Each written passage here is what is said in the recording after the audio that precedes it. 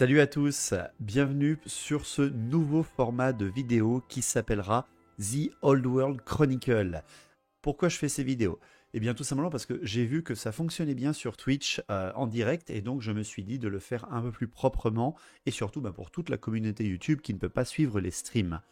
De plus, on va pas se mentir, Games Workshop a refait un peu sortir de l'ombre des nouvelles sur The Old World et je me suis dit ça serait pas mal de parler du lore potentiel, possible, qui va se dérouler durant cette nouvelle édition du jeu Battle. Alors, on a quelques tout petits indices sur la date où va se passer The Old World. On a le nom du roi de Bretonie, Louan, tueur d'orques, qui nous mentionne une année 2200 et des poussières pour ce qui est du calendrier.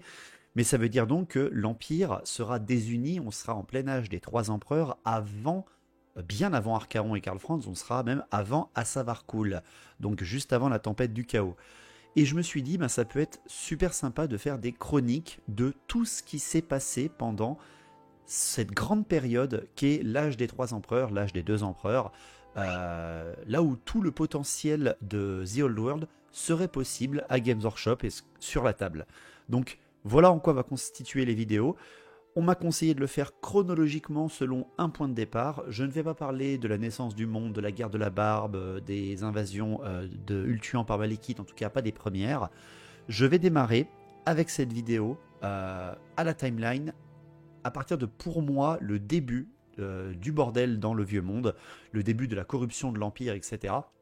Bref, je vais commencer avec la peste noire en 1111, c'est-à-dire à partir des premiers événements où l'Empire commence à ne plus être l'une des nations les plus fortes, où les nains recommencent à avoir des problèmes et où la Bretonie n'a pas fini d'en voir. Bref, j'espère que cette nouvelle mode de vidéo va vous plaire, j'espère que vous serez au soutien parce que ça m'a demandé quand même beaucoup d'heures de travail. Je me base bien sûr sur les dires et ce qui est noté dans les livres d'armée et dans les romans de Games Workshop, donc espérons qu'ils gardent le même lore pour The Old World et qu'ils ne changent pas tout, sinon ces vidéos seront obsolètes, mais c'est pas grave, ça a été un kiff de les faire. Voici la première partie et let's go pour The Old World Chronicle, en espérant que ça vous plaise. Bon visionnage. Ciao.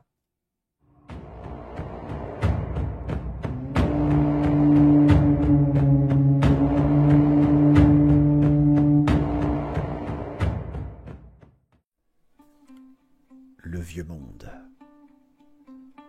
Nous commençons ces chroniques là où la paix semblait régner.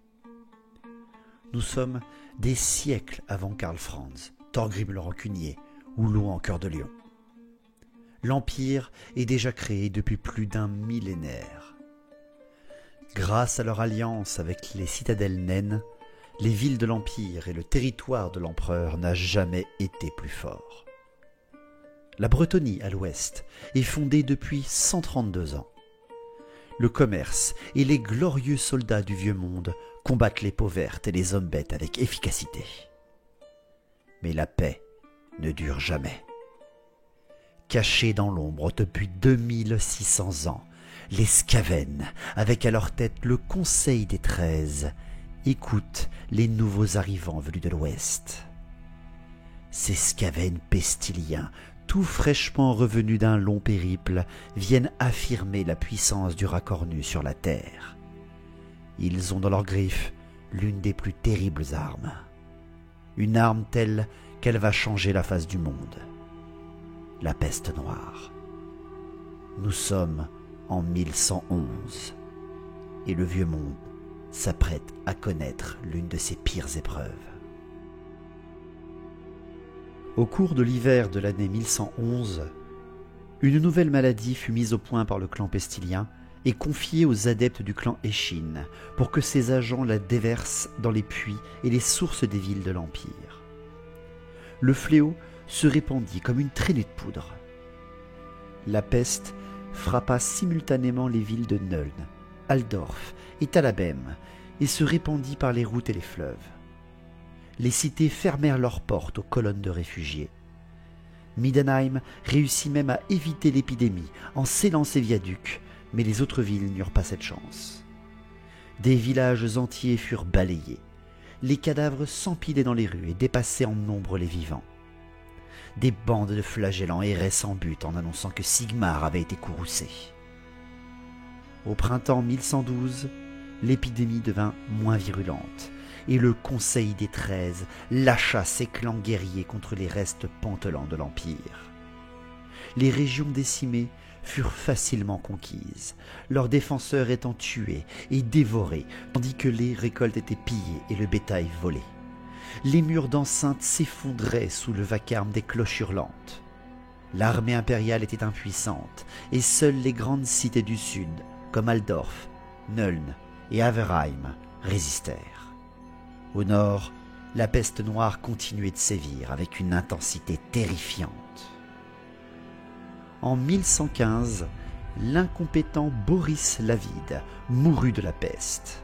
Ironiquement, l'empereur tant détesté fut une des dernières victimes de la maladie. Plus des 3/4 de la population de l'Empire avaient été tués. Des armées d'hommes rats marchaient à ciel ouvert dans le Reckland, l'Averland, le Wissenland et le Talavekland. Les rares cités qui s'en étaient sorties risquaient maintenant la famine. Au cours des 7 années qui suivirent, les Skaven réduisirent en esclavage tous les humains qu'ils capturèrent. Des hordes de guerriers des clans encerclaient les villages, les incendiaient et s'emparaient des fuyards. Les Skaven s'aventurèrent même jusqu'en Sylvanie, à la recherche de toujours plus de malpierres. Et ils se heurtèrent très rapidement à des hordes de cadavres ambulants, tués par la peste et à des tribus de ghouls. Au bout de plusieurs grandes batailles infructueuses, les hommes rats se retirèrent pour chercher une proie moins coriace. En 1118, ils assiégèrent Midenheim. La cité sise au sommet de l'Ulrichsberg était bien défendue, et malgré les ravages des Skaven, toutes leurs percées furent stoppées avant qu'ils ne puissent les exploiter. Le responsable des défenses de la ville n'était autre que le comte-électeur Mundred. Il n'hésitait jamais à commander depuis les remparts ou à mener lui-même ses hommes dans les égouts. Finalement, avant que le courage des défenseurs ne puisse être vaincu, les Skaven succombèrent à la maladie qu'ils avaient propagée. Leurs effectifs fondirent comme neige au soleil et ils furent obligés de se contenter d'établir un repère sous la cité avant de battre en retraite. Ce siège signala le tournant de la guerre. Les invincibles armées Skaven se diluèrent en hordes désorganisées. Mundred rallia à lui les comte-électeurs survivants et mena la croisade contre les hommes rats. Affaiblis par la peste qui ravageait leurs rangs, ceux-ci perdirent leurs batailles les unes après les autres.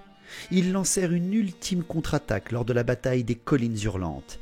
Ils faillirent remporter la victoire jusqu'à ce que Mundred décapite le seigneur de guerre Vmrik du clan Mort, un des éminents membres du Conseil des 13. Tout espoir de victoire s'envola pour les Skaven. En 1124, ils furent définitivement chassés de leurs terriers, et le comte Mundred, tueur de Skaven, dont le heaume arborait désormais le crâne du seigneur de guerre, fut élu empereur. Les Skaven étaient trop affaiblis par la peste et la guerre pour continuer le combat. Ils se replièrent à Scarogne ou dans les principautés frontalières, ou encore cachés sous les grandes cités des impériaux. Le Conseil des 13 se réunit 20 ans plus tard à Scarogne, et les accusations ne tardèrent pas à fuser entre les seigneurs de la peste et les autres membres. Les clans ravagés par la peste demandaient des compensations, tout comme ceux visés par des tentatives d'assassinat répétées. Finalement, décision fut prise de remettre à plus tard toute opération dans l'Empire, en dehors d'une ultime vengeance. Un assassin du clan Eshin s'infiltra dans le palais de l'empereur Mundred et le tua. Il laissa derrière lui nombre de preuves accusant mutants, hérétiques et quelques ennemis politiques de Mundred, et sema ainsi la graine de la discorde. En 1152, Mundred étant tué, les comtes-électeurs échouèrent à désigner un successeur, et l'Empire se trouva alors divisé. Cette tension politique durera encore 200 ans, jusqu'en 1359, où le grand-duc du Stirland est couronné à Nöln empereur, et où la comtesse Ottilia du Talabecland se proclame impératrice quelques mois plus tard. 2 empereurs coexistent à partir de ce jour-là, et c'est ainsi que commence l'âge des 2 empereurs et la décadence du vieux monde.